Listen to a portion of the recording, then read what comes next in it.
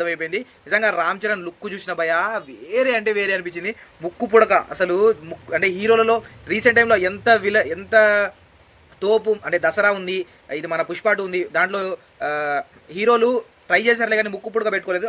అంత విలన్ లుక్లో అయితే ఉన్నాడు రామ్ చరణ్. నాకైతే కడుపు నిండిపోయింది అనిపించింది గ్లిమ్ చూసిన తర్వాత. ఈసారి రామ్ చరణ్ ఖచ్చితంగా హిట్ కొట్టబోతున్నాడు అయితే ఫిక్స్ అయిపోయినా. అసలు కొన్ని విజువల్ షాట్స్ అయితే ఉన్నాయి. నిజంగా నేను ఒక క్రికెట్ అభిమాని ఉండి రామ్ చరణ్ బ్యాట్ పట్టుకోవడాన్ని చూసి నాకైతే అబ్బా సినిమా మొత్తం నాకు తెలిసి క్రికెట్ బ్యాక్గ్రౌండ్లోనే ఉంటుంది అని అనుకుంటున్నా. గేమ్ చేంజర్ అప్పుడు విపరీతమైన ట్రోలింగ్, సినిమా బాగున్నా కూడా ఎంత ఏ లెవెల్లో ట్రోలింగ్ చేశారు. కానీ అది డీసెంట్, అది క్లాస్. కానీ ఇది ఊర మాస్. అసలు ఇంతకంటే మాస్ ఎవరైనా చూపించగలరు? దసరా మన పుష్పాడు దీన్ని మించి మాస్ యాంగిల్ అయితే ఉంది.